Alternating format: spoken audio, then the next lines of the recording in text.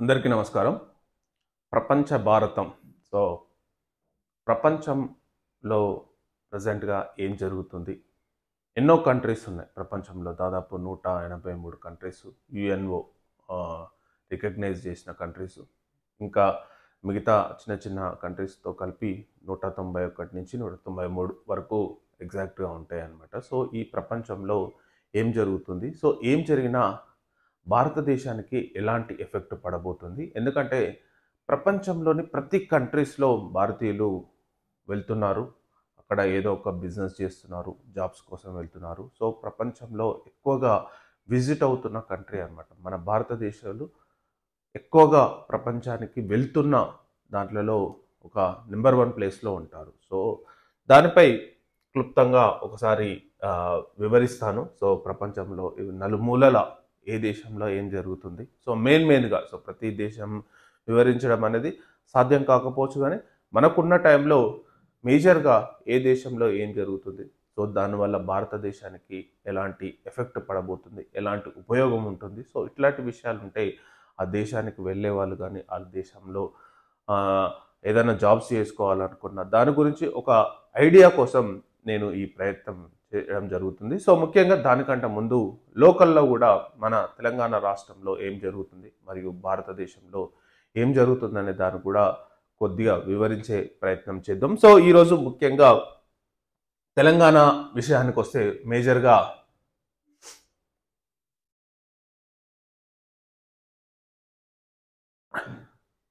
కవిత issue అనేది ప్రెజెంట్‌గా మేజర్‌గా ఉంది. అంటే కల్వకుంట్ల కవిత గారు. సో, ప్రెజెంట్‌గా ఆహ్, ఆమెను బీఆర్ఎస్ పార్టీ నుంచి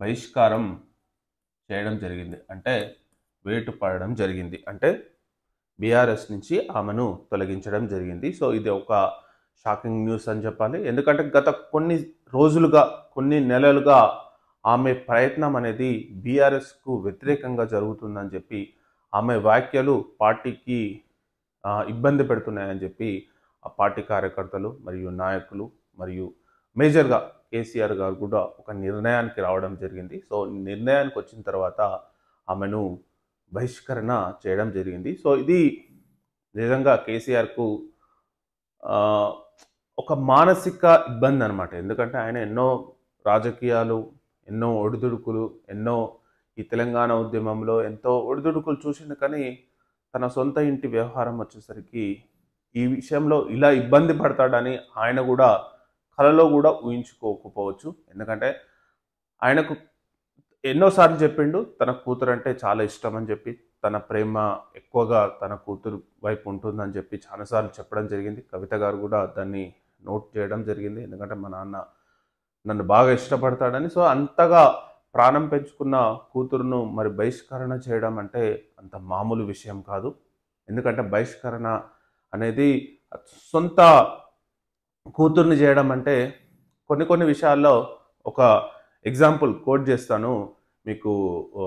డీఎంకే డీఎంకే కరుణానిధి అంటే అప్పుడు కరుణానిధి ఉన్నప్పుడు కరుణానిధికి ముగ్గురు భార్యలు. సో, ఒక భార్య కొడుకు వచ్చేసి అళగిరి. డీఎంకే పార్టీ కూడా కరుణానిధి కూడా ఇట్లనే తన కొడుకును పార్టీ నుంచి బహిష్కరణ చేయడం జరిగింది. ఎందుకంటే డీఎంకే పార్టీ కరుణానిధి ఉన్నప్పుడు ఒక భార్య కొడుకు అళగిరి, ఇంకొక భార్య కొడుకు స్టాలిన్, ఇంకొక భార్య బిడ్డ కనిమొళి. సో, ఈ ముగ్గురు భార్యలకు వీళ్ళు ముగ్గురు. సో, ఇందులో కరుణానిధి చాయిస్ వచ్చేసి స్టాలిన్. సో, స్టాలిన్‌ను పార్టీకి నాయకత్వం వహించేటట్టుగా అతనికి మద్దతు తెలపడం జరిగింది. అతనిని ఎంకరేజ్ చేయడం జరిగింది. సో, దాన్ని అళగిరి వ్యతిరేకించడం జరిగింది. సో, అళగిరి వ్యతిరేకించినప్పుడు లాస్ట్ కరుణానిధి ఏం చేసిందంటే అళగిరిని పార్టీ నుంచి సస్పెండ్ చేయడం జరిగింది. ఇక్కడ కనిమొళి ఏం చేసిందంటే స్టాలిన్‌కి సపోర్ట్ చేసి వీళ్ళిద్దరూ ఇప్పుడు ప్రెజెంట్‌గా అంటే ఇప్పుడు స్టాలిన్, కనిమొళి మంచి అండర్‌స్టాండింగ్‌గా ఉన్నారు. కాకపోతే ఏందంటే వీళ్ళిద్దరూ ఒక తల్లి పిల్లలు కాదు. ఒక అంటే ఒక తల్లి పిల్లలు కాకపోయినా సవతి సోదరుడు అంటారు, సవతి తల్లి బిడ్డ. సో వీళ్ళిద్దరూ చాలా అన్యోన్యంగా ఉంటారు. నిజంగా అన్న చెల్లెళ్ళ అనుబంధం నిజంగా స్టాలిన్ కనిమొళి చూస్తే చాలా ముచ్చటేస్తుంది. రాజకీయంలో మంచి అంటే ఆమెను పార్లమెంటుకు పంపించడం, సో పార్లమెంటు వ్యవహారాలు అన్నీ కనిమొళి చూసుకుంటుంది డిఎంకే తరఫున. సో ఆమెకు మంచి ప్రాధాన్యత ఇస్తాడు అది స్టాలిన్. ఆమె కూడా అన్నని మంచి ఆదరణతో చూస్తుందన్నమాట. ఇప్పటికి కూడా ఈ టైంలో కూడా వాళ్ళ ఇద్దరి మధ్య అనుబంధం అనేది చాలా బాగుంది. ఈవెన్ ఇప్పుడు స్టాలిన్ కొడుకును తన వారసుడిగా ప్రకటించినా కూడా కనిమొళి మరి ప్రజెంట్గా అతనికి సపోర్ట్గానే ఉంది. కానీ సో వాళ్ళ ఇద్దరి మధ్య అండర్స్టాండింగ్ అనుబంధం అనేది చాలా బాగుంది. సో ఆ అనుబంధం అనేది ఇక్కడ మనం కేటీఆర్ని చూస్తే లేక కేటీఆర్ ప్లస్ కవిత. సో మనందరికీ తెలిసిందే కేసీఆర్ గారు కేటీఆర్ను సపోర్ట్ చేస్తుండు. సపోర్ట్ అంటే తన రాజకీయ వారసుడుగా తన తదుపరి పార్టీ కార్యక్రమాలు కానీ ప్రభుత్వ కార్యక్రమాలు ఒకవేళ అధికారంలోకి వస్తే సీఎం ఇట్లా ఏదన్నా ఉంటే కేటీఆర్ గారిని ముందు ఉంచడం జరుగుతుంది. సో దీన్ని కవిత యాక్సెప్ట్ చేయట్లేదు. సో డైరెక్ట్ ఓపెన్గానే చెప్తుంది, నేను యాక్సెప్ట్ చేయను, కేసీఆర్ గారిని తప్ప ఎవరిని నేను యాక్సెప్ట్ చేయనని చెప్పి కవిత గారు చెప్పడం జరిగింది. సో ఇక్కడనే దీనివల్లనే వచ్చిన భేదాభిప్రాయాల వల్ల ఆమె అనూహ్యంగా లిక్కర్ కేసులోకి వెళ్ళడం, సో ఆమెపై నిఘా పెట్టిరని చెప్పి ఆమెకు మరి వదంతులు రావడం, వదంతులో నిజంగా కావచ్చు, మరి కొందరు ఆమెనే ఓపెన్గా చెప్పింది నా పిఏల ఫోన్లు ట్యాప్ అయినాయి అని చెప్పి. తర్వాత మెల్లమెల్లగా పార్టీలో ఒక స్వరం మార్చడం, తర్వాత నాయకులను టార్గెట్ చేయడం, ముఖ్యంగా జగదీష్ రెడ్డిని కానీ లిల్లీ ఫుట్ అని అనడం. సో ఎందుకంటే వీళ్ళంతా కేసీఆర్కు దగ్గరగా అనుబంధం ఉన్న నాయకులను, సో ఇట్లాంటి నాయకులను వాళ్ళ సొంత పార్టీ వాళ్ళే తిడుతుంటే ఆయన భరించలేకపోయిండు. సో హరీష్ రావు గారిని కాళేశ్వరంలో ఖచ్చితంగా కమిషన్ తీసుకున్నాడని, సో XYZ అని బీఆర్ఎస్ పార్టీలోని మెయిన్ నాయకులను మొత్తం కవిత టార్గెట్ చేయడం వల్ల మీడియా మొత్తం కవిత వైపు ఫోకస్ చేయడం. సో ఎవరైనా సరే మనం జనరల్గా నానుడు ఏంటంటే ఇంట్లోనే కుదుపు అనేది చాలా వ్యాపిస్తుంది, పలు రకాలుగా వ్యాపిస్తుంది. బయటకంటే ఇంట్లోనే ఇంటి పోరు ఇంతింత కాదే అని అంటారు. సో ఇంట్లో పోరు అనేది కార్యకర్తలు చూస్తుంటే ఒకంత నిరాశ వ్యక్తమవుతుంది. ఎందుకంటే మేము పార్టీ కోసం పలు విధాలుగా కష్టపడుతున్నాం, కానీ వీళ్ళు మాత్రం ఇంట్లోనే ఇలా జరుగుతుందని చెప్పి కార్యకర్తలు నిరాశ పడద్దు, సో ఒక సైడ్ లైన్ తీసుకోవాలి ఖచ్చితంగా చెప్పి ఒక నిర్ణయానికి రావడం జరిగింది. ఆ నిర్ణయాన్ని నిన్న అమలు చేయడం జరిగింది. సో ఇప్పుడు కవిత గారి స్టెప్ ఏంటంటే ఖచ్చితంగా ఒక పార్టీ అయితే పెట్టబోతున్నట్టు మాత్రం సమాచారం. సో ఇంతవరకు అయితే మనకు ఉంది. నెక్స్ట్ ఇది ఈ టాపిక్. నెక్స్ట్ కాళేశ్వరం కమిషన్ గురించి ఒకసారి చూసినట్టయితే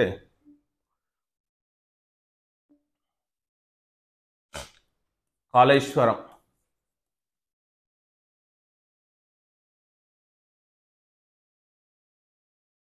సో కాళేశ్వరం ప్రాజెక్టుపై సెక్షన్ అంటే సిబిఐకి కాళేశ్వరం ప్రాజెక్టుపై సీఎం రేవంత్ రెడ్డి గారు సిబిఐకి ఇవ్వడం జరిగింది. సో సిబిఐకి ఎట్లా ఇచ్చిండు మరి, ఇవ్వచ్చా రాష్ట్ర ప్రభుత్వం ఇవ్వచ్చా అసలు సిబిఐకి?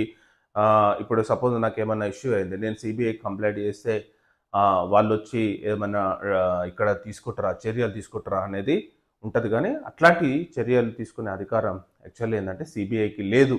జనరల్గా ఏంటంటే రాష్ట్ర ప్రభుత్వం ఖచ్చితంగా వాళ్లకు లెటర్ రాయాల్సి ఉంటుంది, లేకపోతే హైకోర్టు కానీ ఆర్డర్ ఇవ్వాల్సి ఉంటుంది, లేకపోతే సుప్రీంకోర్టు కానీ ఆర్డర్ ఇవ్వాల్సి ఉంటుంది. సో ఈ 3 రకాల వల్ల ప్లస్ ఇంకోటి ఏంటంటే సెంట్రల్ హోమ్ మినిస్టర్ కానీ ఆర్డర్స్ ఇవ్వాల్సి ఉంటుంది. సో ఇప్పుడు తెలంగాణ గవర్నమెంట్ అంటే రేవంత్ రెడ్డి సీఎం ఏం చేసిందంటే సిబిఐ ఎస్టాబ్లిష్ ఎట్లా అయిందంటే 1946లో ఢిల్లీ స్పెషల్ పోలీస్ యాక్ట్ ప్రకారం ఇది ఏర్పడడం జరిగింది. అంటే ఢిల్లీ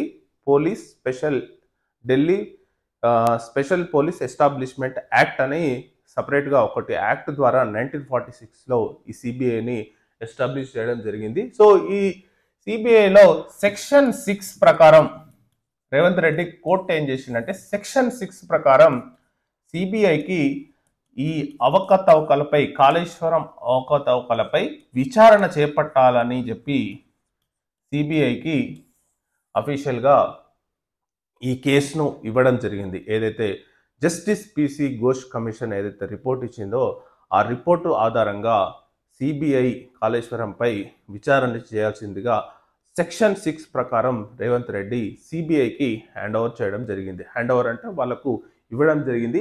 ఇంకొకటి ఏంటంటే తెలంగాణలో యాక్చువల్లీ సిబిఐకి ఎంట్రీ లేదనమాట. ప్రజెంట్ ఉన్న ప్రకారం సిబిఐకి ఎంట్రీ లేదు. ఈ డిసిషన్ తీసుకుంది ఎవరంటే కేసీఆర్ గారు తీసుకున్నారనమాట. కేసీఆర్ గారు ఉన్నప్పుడు సిబిఐకి ఎంట్రీ లేదనమాట. ఎంట్రీ అంటే వాళ్ళు డైరెక్ట్గా తెలంగాణలోకి వచ్చి విచారణ చేసే అధికారం లేదు. సో అప్పుడు ఏం చేసిండంటే జీవో ఒకటి పాస్ చేసిండు నిన్ననే రేవంత్ రెడ్డి. ఏంటంటే తెలంగాణలో సిబిఐ ఎంట్రీ కావచ్చు అని చెప్పి ఒక జీవోని అయితే పాస్ చేసిండు. సో ఇప్పుడు సిబిఐకి ప్రజెంట్గా తెలంగాణలో 2 కేసులు ఉన్నాయి. ఒకటి ఇప్పుడు ఇది కాళేశ్వరంది ఒకటి రావడం జరిగింది. ఇంకొకటి ఏంటంటే మంతన్లో ఒక లాయర్ న్యాయవాది Vamanarao subject to correction. So ఇద్దరు భార్యాభర్తల హత్య కేసులో ఒక టిఆర్ఎస్ లీడర్ ఉన్నాడని చెప్పి అప్పుడు చాలా మంది అప్పుడు కోర్టుకు వెళ్ళడం జరిగింది. సో కోర్టు ఈజ్ గివింగ్ ఈ కేసును సిబిఐకి ఇవ్వడం జరిగింది అనమాట. సో ప్రజెంట్గా 2 కేసులు ఉన్నాయి. సో ఈ 2 కేసులను ఇంకా సిబిఐకి డైరెక్ట్ ఈ కేసు అయితే ఇవ్వడం జరిగింది. ఇక్కడ ఇంకొకటి ఏంటంటే నిన్న ఇక్కడ హరీష్ రావు అండ్ కేసీఆర్ హైకోర్టుకు వెళ్ళడం జరిగింది. నిన్న హైకోర్టుకు దేనికి వెళ్ళడం జరిగిందంటే పిసి ఘోష్ అంటే ఇప్పుడు 2-3 రోజుల ముందే వెళ్ళిండు, నిన్న కాదు. కాకపోతే నిన్న తీర్పు అంటే నిన్న దానిపై హైకోర్టు ఒక గైడ్లైన్స్ మాత్రం ఇచ్చింది. ఏంటంటే justice PC Ghosh commission report ఆధారంగా మాపై చర్యలు ఉండొద్దు అని చెప్పి హైకోర్టుకు వెళ్ళడం జరిగింది. దీనికి కౌంటర్ పార్ట్గా తెలంగాణ స్టేట్ గవర్నమెంట్ ఏం చెప్పిందంటే ఖచ్చితంగా పిసి ఘోష్ కమిషన్ ప్రకారం అయితే చర్యలు ఉండవు, ఎన్డిఎస్ అంటే నేషనల్ డ్యామ్ సేఫ్టీ ప్రకారం చర్యలు తీసుకోవచ్చు. NDS national dam safety.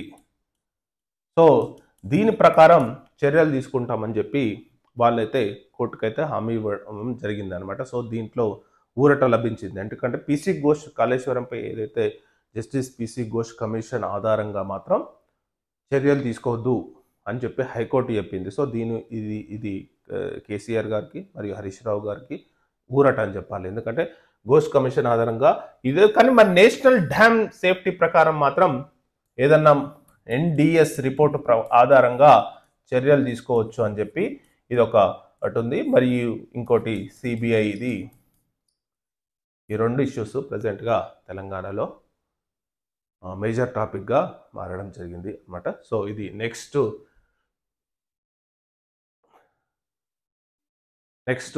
భారతదేశంలోకి అంటే మొత్తం మన భారతదేశంలోని ప్రజెంట్గా ఏమేమి ఇష్యూస్ ఉన్నాయో ఒకసారి 1 and 2 మేజర్గా చూస్తే నిన్న నరేంద్ర మోడీ గారు ఎస్సీఓ సమ్మిట్కు మొన్న హాజరై మొన్ననే నైట్ రావడం జరిగింది. సో నిన్న సెమీ కండక్టర్ భారతదేశంలో సెమీ కండక్టర్ 2025 దానికి ఒకటి హాజరు కావడం జరిగిందనమాట.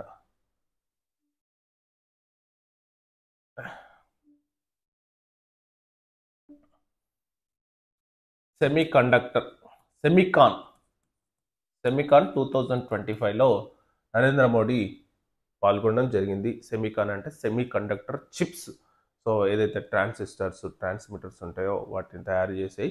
సో ఈ ప్రజెంట్గా ఇది చాలా ఫాస్ట్గా గ్రోత్ అవుతున్న సెక్టర్ అనమాట. సో దీనిపై చాలామంది కాన్సన్ట్రేట్ చేయాలని చెప్పి ఆయన ఓపెన్గానే చెప్పడం జరిగింది. సో వివిధ రకాలుగా దీనికి ప్రోత్సాహకాలు ఇస్తాం. సో దీనిపై ఇండస్ట్రీపై ఫోకస్ చేయాలి, ఎందుకంటే భారతదేశం బిగ్గెస్ట్ ఎక్స్పోర్టర్ కావాలని చెప్పి ఆశ అని చెప్పి నరేంద్ర మోడీ గారు చెప్పడం జరిగింది. సో ఈ విషయంలో ఇంకా ఇంప్రూవ్ చేయాలని చెప్పి అనడం జరిగింది అనమాట. ఇది మేజర్గా సెమికాన్ గురించి. సో ఇంకా మేజర్గా గ్లోబల్, సో ప్రపంచంలో ఏం జరుగుతుంది అనే విషయంలో ఒకసారి మనం చూసినట్టయితే మేజర్గా మనం చైనా,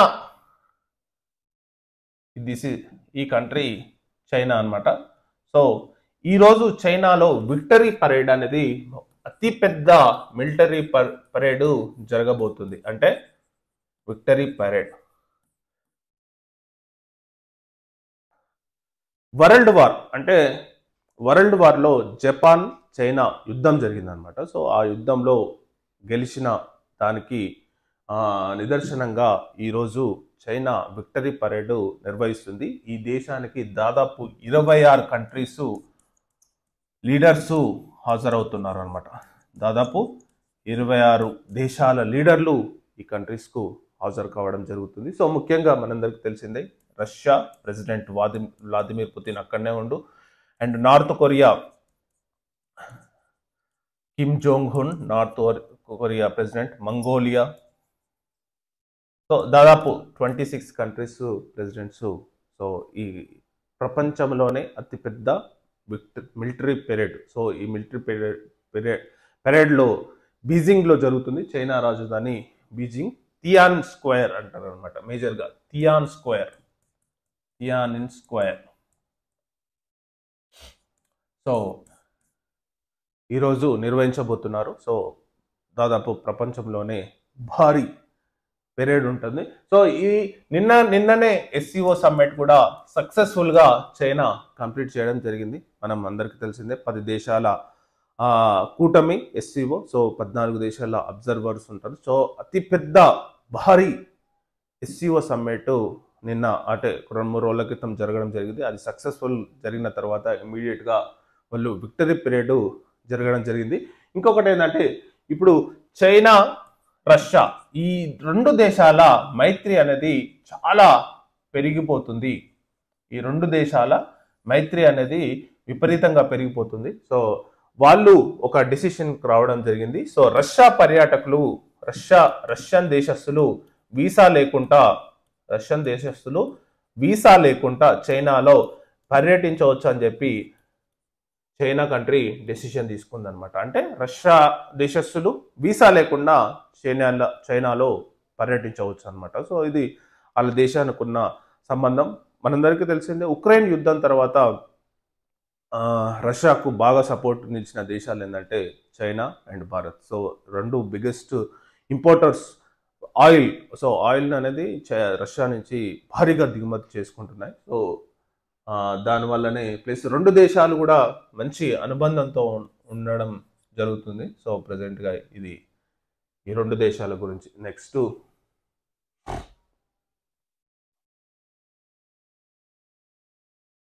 ఇంకొకటి ప్రజెంట్గా మేజర్గా ఇష్యూ జరుగుతుంది ఏంటంటే ఇండోనేషియా. సో ఏషియన్ కంట్రీలోనే ఇంకొక కంట్రీ అయిన ఇండోనేషియాలో ప్రజెంట్గా పెద్ద ఇష్యూస్ జరుగుతున్నాయి. ఇది మొత్తం ఇండోనేషియా. సో ఇది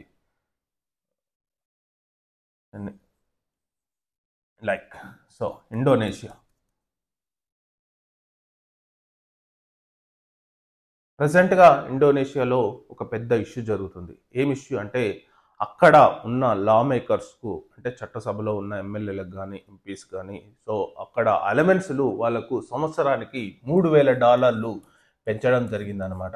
సో దీనివల్ల ఏంటంటే అక్కడున్న లీడర్స్ పర్టికులర్గా ఆపోజిషన్ లీడర్స్ కానీ స్టూడెంట్స్ కానీ లేబరర్స్ కానీ ఆ ప్రభుత్వంపై తీవ్ర వ్యతిరేకత చేయడం జరిగింది. అంటే ఇప్పుడు మామూలుగా ఆల్రెడీ వాళ్ళకు మస్తు జీతాలు ఉన్నాయి, మస్తు అలవెన్సెస్ ఉన్నాయి, అయినా ఇంకా మించి $3,000 అదనంగా అలవెన్సెస్ ఇవ్వడం అనేది చాలా తప్పని చెప్పి అక్కడ స్టూడెంట్స్ చాలా నిరసనలు వ్యక్తం చేస్తున్నారు. ఆ నిరసనలో దాదాపు 6 మంది చనిపోవడం జరిగింది, దాదాపు 20 మంది గల్లంతు కావడం జరిగింది. ఇది చాలా ఆందోళనకరణం. సో ఇప్పుడు ప్రజెంట్గా ఇక్కడున్న ఇండోనేషియాలో ప్రజెంట్గా పరిస్థితి మాత్రం చాలా బాగాలేదు. ఎందుకంటే అక్కడ అంతర్గత పోరాటం జరుగుతుంది.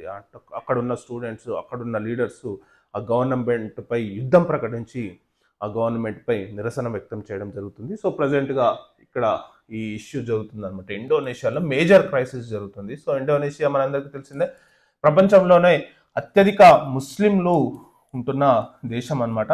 మనందరం ఎక్కువగా ముస్లిమ్స్ ఉన్న కంట్రీస్ అంటే అరబ్ అనుకుంటాం, కాకుండా ఏంటంటే అది రాంగ్. ప్లస్ ప్రపంచంలో ఎక్కువ ముస్లిమ్స్ ఉన్న దేశం ఏంటంటే ఇండోనేషియా. సో ఇది అంతర్గత పోరాటం. సో వాళ్ళ ప్రభుత్వాలపై జరుగుతుందన్నమాట. ఇది ఒక మేజర్ ఇష్యూ అక్కడ జరిగింది. నెక్స్ట్ ఇక్కడే పక్క ఉన్న ఇండోనేషియా పక్కనే ఉన్న థాయిలాండ్ ఒకసారి చూద్దాం. ఎస్, ఇది థాయిలాండ్. సో థాయిలాండ్లో కూడా ఒక ఇష్యూ జరిగింది. ఈ థాయిలాండ్, కంబోడియా ఈ రెండు దేశాలు పక్క పక్కనే ఉంటాయి అన్నమాట. ఇది సేమ్ ఇండియా పాకిస్తాన్ ఎట్లా ఉంటాయో ఈ Thailand and Cambodia, Thailand and Cambodia ఈ రెండు దేశాలకు రైవాలిటీ ఉందన్నమాట. అంటే మనకు ఇండియాకు పాకిస్తాన్కి ఎలాగా అంత బార్డర్ ఇష్యూస్ ఉంటాయో సేమ్ థాయిలాండ్కు కంబోడియాకు కూడా అలానే ఉంటుంది. సో ఇక్కడ ఒక పెద్ద ఇష్యూ జరిగింది గత నెల రోజుల క్రితం. ఆ రెండు దేశాల మధ్య యుద్ధాలు జరిగినాయి, యుద్ధం కూడా జరిగింది. సో కొంతమంది చనిపోవడం కూడా జరిగింది. ఇక్కడ థాయిలాండ్లో షినోవిత్రాని ఒక ప్రైమ్ మినిస్టర్ ఉంటారనమాట.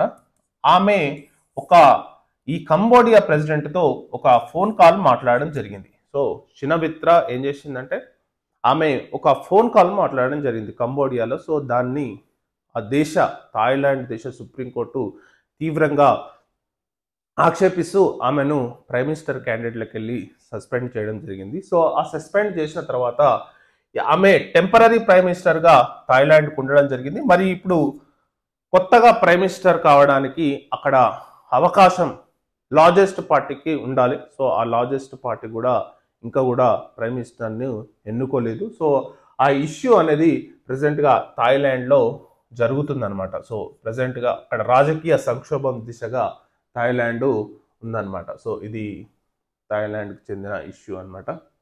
నెక్స్ట్ ఇంకొకటి ఆఫ్ఘనిస్తాన్. సో మన పక్కనే ఉన్న ఆఫ్ఘనిస్తాన్లో ఎర్త్క్వేక్ వల్ల దాదాపు 1000 మంది అక్కడ చనిపోవడం జరిగింది.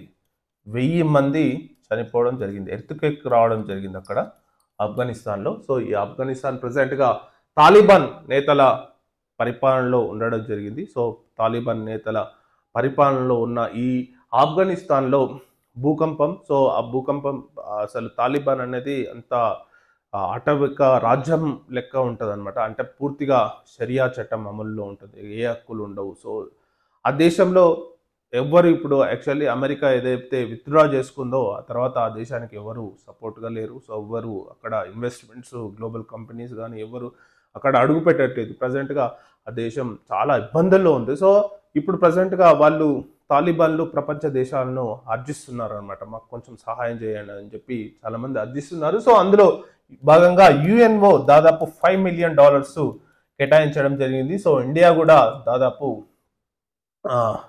ఆఫ్ఘనిస్తాన్కు 1000 మందికి టెంట్స్ పంపడం జరిగింది. అక్కడ అంటే ఇల్లు లేని వాళ్ళకు టెంట్స్ వేసుకోవడానికి టెంట్స్ను కూడా ఇండియా పంపడం జరిగింది. జయశంకర్ మన ట్వీట్ కూడా చేయడం జరిగింది. సో ఇది ప్రజెంట్గా ఆఫ్ఘనిస్తాన్ ఇష్యూ అన్నమాట ఇది. నెక్స్ట్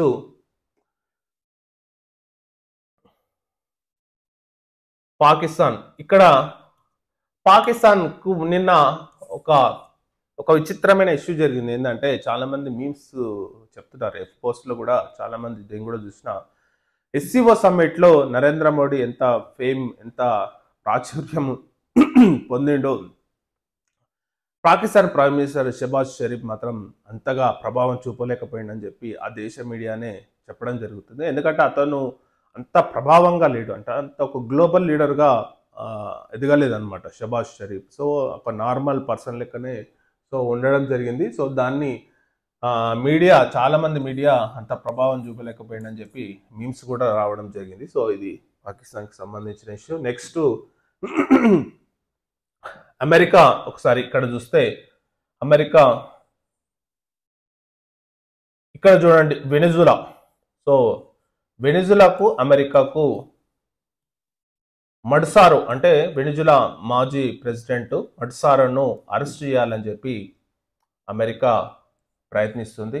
సో వెనిజులాకు దాదాపుగా 8 నుంచి 12 వార్షిప్స్ను పంపడం జరిగింది. సో చాలామంది మిలిటరీని పంపిస్తున్నారని చెప్పి మడ్సురా ఎక్నాలెడ్జ్ చేస్తున్నాడు. సో వెనిజులా మాజీ అధ్యక్షుడు కూడా, ఇతను ప్రజెంట్గా అధ్యక్షుడు, అంటే అక్కడ కొంచెం ఒక రాజకీయ ఎలక్షన్స్ జరగబోతున్నాయి సో త్వరలోనే. సో సో ఎలక్షన్స్ కూడా ఉంటున్నాయి. సో ఇక్కడ మేజర్గా ఇతరులను అరెస్ట్ చేయాలని చెప్పి అమెరికా చాలా తీవ్రంగా ప్రయత్నిస్తుంది. సో వెనిజులాలో ప్రపంచంలోనే బిగ్గెస్ట్ ఆయిల్స్ ఉంటాయి, కానీ ఆ దేశం మాత్రం ప్రజెంట్గా one of the biggest oil country, కానీ అంతగా అమెరికా ఆంక్షల వల్ల అక్కడి నుంచి ఎవరు కొనకుండా ఆయిల్ కొనకుండా అక్కడ కొంచెం రిస్ట్రిక్షన్స్ ఉన్నాయి. సో దానివల్ల ఆ దేశం చాలా ఇబ్బంది పడుతుంది. సో రాజకీయంగా కూడా చాలా సంక్షోభం దిశగా ఉందన్నమాట.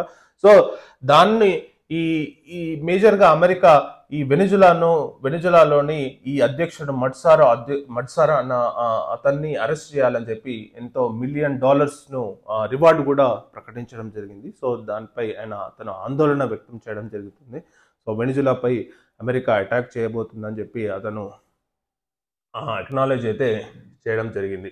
సో నెక్స్ట్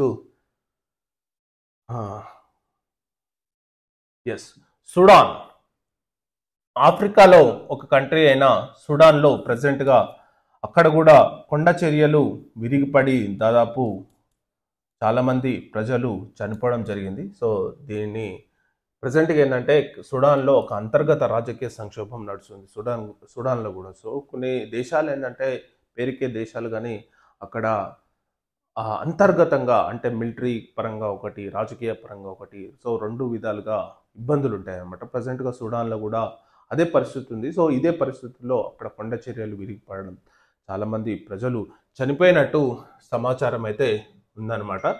నెక్స్ట్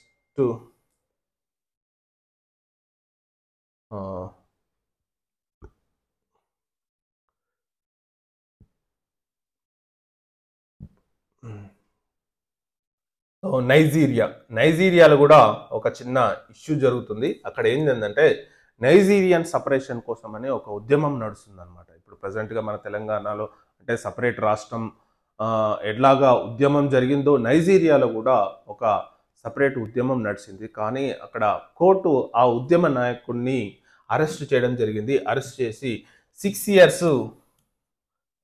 జైలు చేయడం జరిగింది అనమాట. సో ఇది నైజీరియాలో 2 రోజుల క్రితమే జరిగిందనమాట ఇది ఇష్యూ. నెక్స్ట్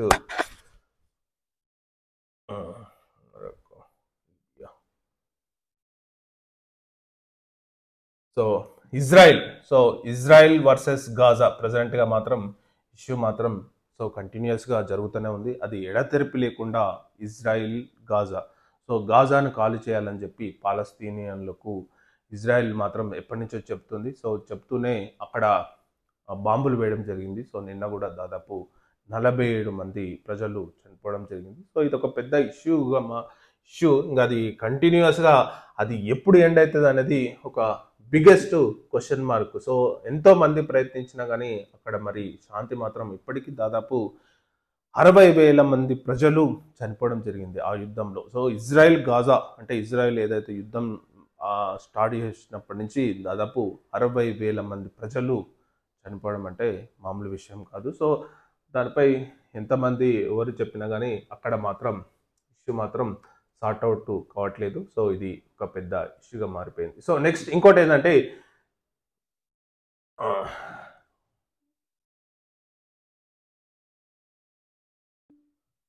సో యూరోపియన్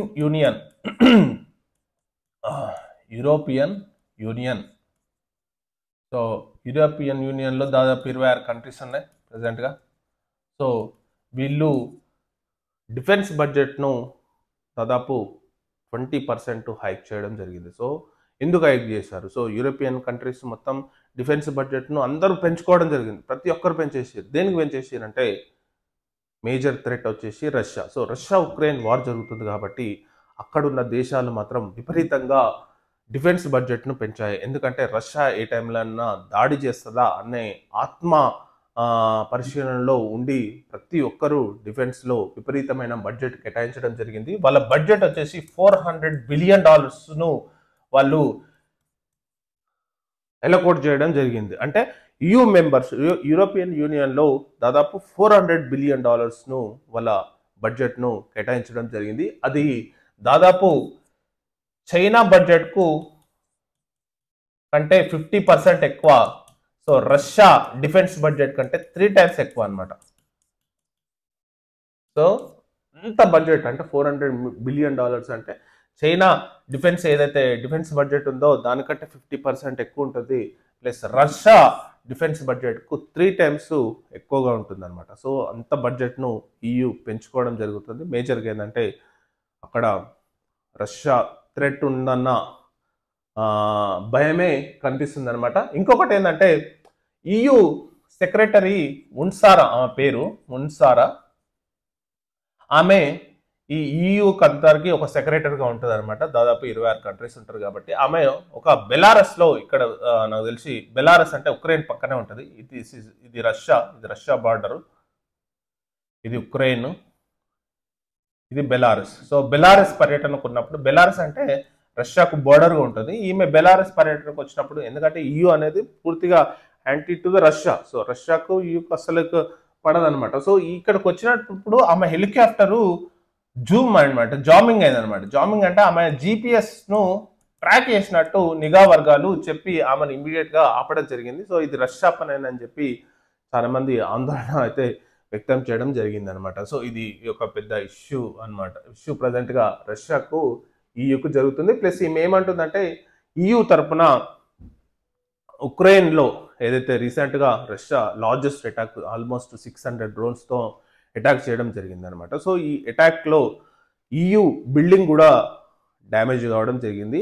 ఆమె చాలా దాన్ని అంటే ఏదైతే యూరోపియన్ యూనియన్ బిల్డింగ్ డ్యామేజ్ అయిందో ఆ డ్యామేజ్కి ప్రతీకారం తీర్చుకుంటామని చెప్పి ఆమె ఉక్రెయిన్లో ఒకటి మాట్లాడడం జరిగింది. సో ఆమె దాని గురించి మాట్లాడిన తర్వాత ఆమె ప్రయాణిస్తున్న హెలికాప్టర్ను రష్యా నిఘా అధికారులు GPS ట్రాక్ చేశారని చెప్పి ఇమ్మీడియట్గా ఈ హెలికాప్టర్ను బెలారస్లోనే ఆపడం జరిగిందనమాట. సో ఇది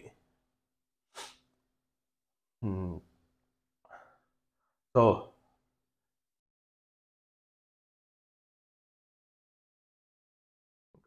ఇంకేముంది ప్రజెంట్గా.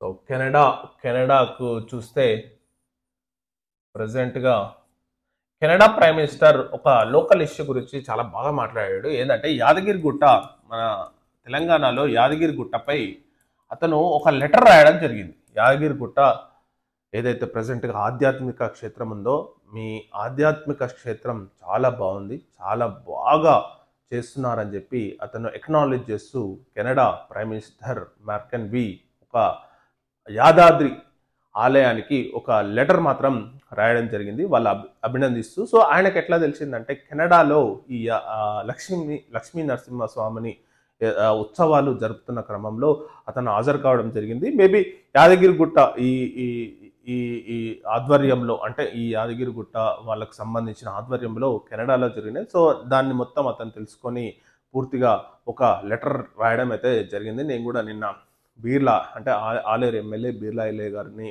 అడగడం జరిగింది దీని గురించి. సో ఆయన వివరంగా కూడా చెప్పడం జరిగింది అనమాట. ఇది కెనడాకు సంబంధించిన విషయం అనమాట. సో మేజర్గా ఇదండి ఈ ప్రపంచంలోని కొన్ని విషయాలు. సో అన్నీ కవర్ చేయలేకపోవచ్చు, మేబీ కవర్ చేయడానికి ఇంకా ప్రయత్నిస్తూ ఉంటా. సో మీ ఆశీస్సులు ఉండాలని.